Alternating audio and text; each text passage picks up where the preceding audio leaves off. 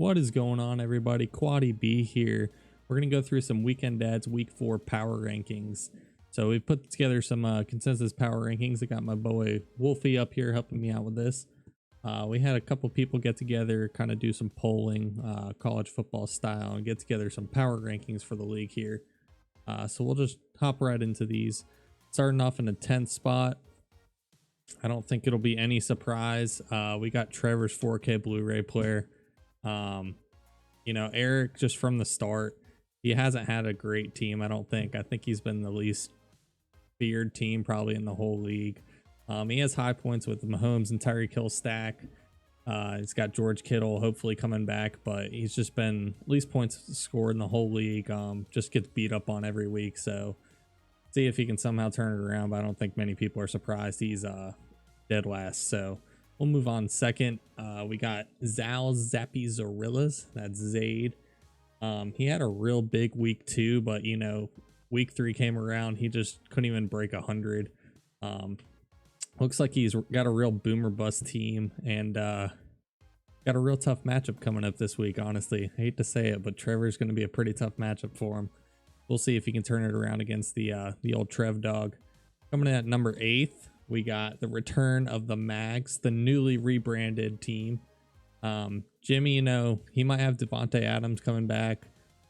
He's got a lot of injuries. He's had depth problems. I think that's really caused to him. He's only averaging 119 points a game. Not too bad. The real impressive thing is at least the bottom 3 teams in our league are 1 and 2. So we got some good parity going on in the league this year, I think, and some good competition going on with everyone. Going to 7th place. This one is going to make some people mad of the bar delivery type. We got Booty Pebbles coming in at 7th. So Mark actually had one 3rd place vote. I do not know if it was himself that voted him there, but who knows. So he's actually a 2-1 team, averaging 135 points a game and losing places in the power rankings. He had an absolutely devastating loss this past week to Alvin Kamara. Colin just, came back on him, and I think it demoralized him and it hurt him in the rankings, man. It dropped him down, all because Alvin Kamara's 60 whatever yard touchdown that Jason went crazy over. So Mark's not going to be happy with that spot. Hopefully he can keep it going, turn it back around. McCaffrey should be coming back soon. We'll see what he can do. Hop up to number 6, the guy that actually was able to defeat Mark with Alvin Kamara, Colin. So Colin actually had one 1st place vote. But obviously you can see with the average kind of took him down the mid pack. I think there isn't a lot of trust with Colin's management skills to make it through the season, make the proper adjustments. We'll see how he ends up doing. Is Colin the new running back though? He's got a solid running back core, scoring a lot of points. He scored 168 points last week. A very high score. I think that's the highest we've had so far in the season. I don't know what the highest we've had Weekend Dad's history, but that's got to be up there.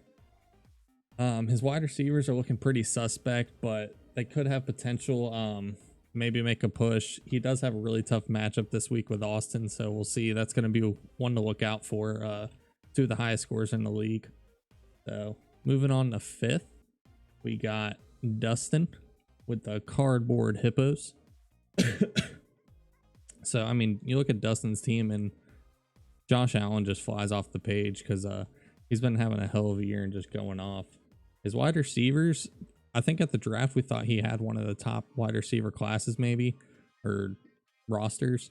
But they just haven't hit big yet, and we'll have to see if they can kind of turn that around, start getting them some more points. But 2-1 record. You see we got 3 2-1 teams all right here. Yeah, we'll see what Saquon's a big hit for Dustin, kind of taking down his running back abilities. He's been struggling and trying to find depth and fill that spot. Kareem's been able to do some work for him, so I think Kareem's expected to be out this week, so Dustin might be in a little bit of a tough spot. We'll see how he ends up doing.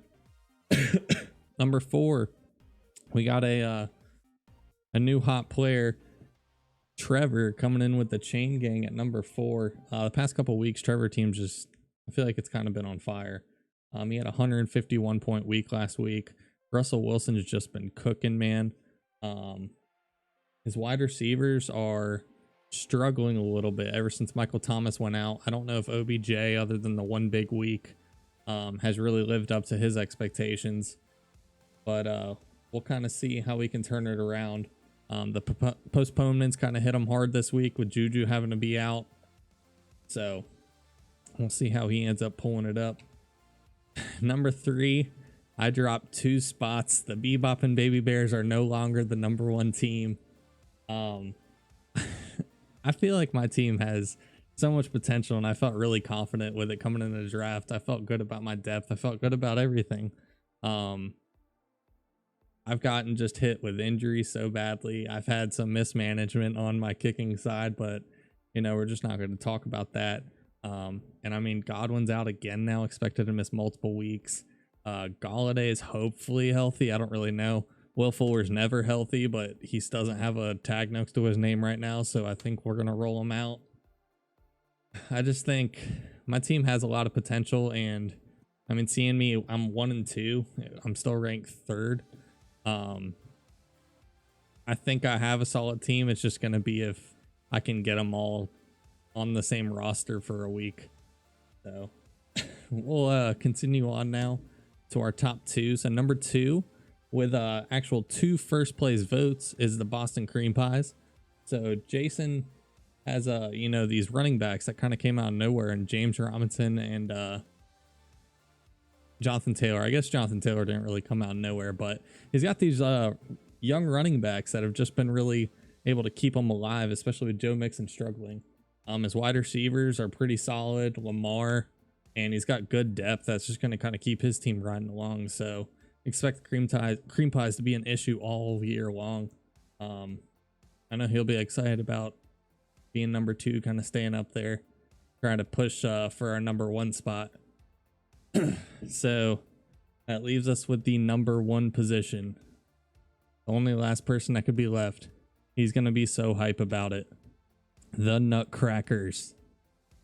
I think going into the year and after the draft, we would never look and be like, oh yeah, Austin's going to be the one of the high scoring teams in the league. But lo and behold, the dude's been on fire. Highest point scored in the league, 2-1 record, leading the standings right now. He's a force to be reckoned with. He's got his face of the franchise, Darren Waller. I know last week he didn't even have a good game, but Austin's still been able to have good weeks. He had 2 first place votes, solid running backs. He actually abandoned a lot of his Raider wide receivers and other players. So were they holding him back, or are they going to make his team better? I don't know. We'll see. So, yeah, here's our power rankings, guys. Week 4, I'm sure we're going to see a lot of changes in here. I think it's pretty cool, all the parity we got going on up here. You got 2-1 teams, but then you got some 1-2 teams here mixed in over these other 2-1 teams. So we'll see how it all turns out in the season. I'm sure we'll have another round of these power rankings coming up next week. So, yep.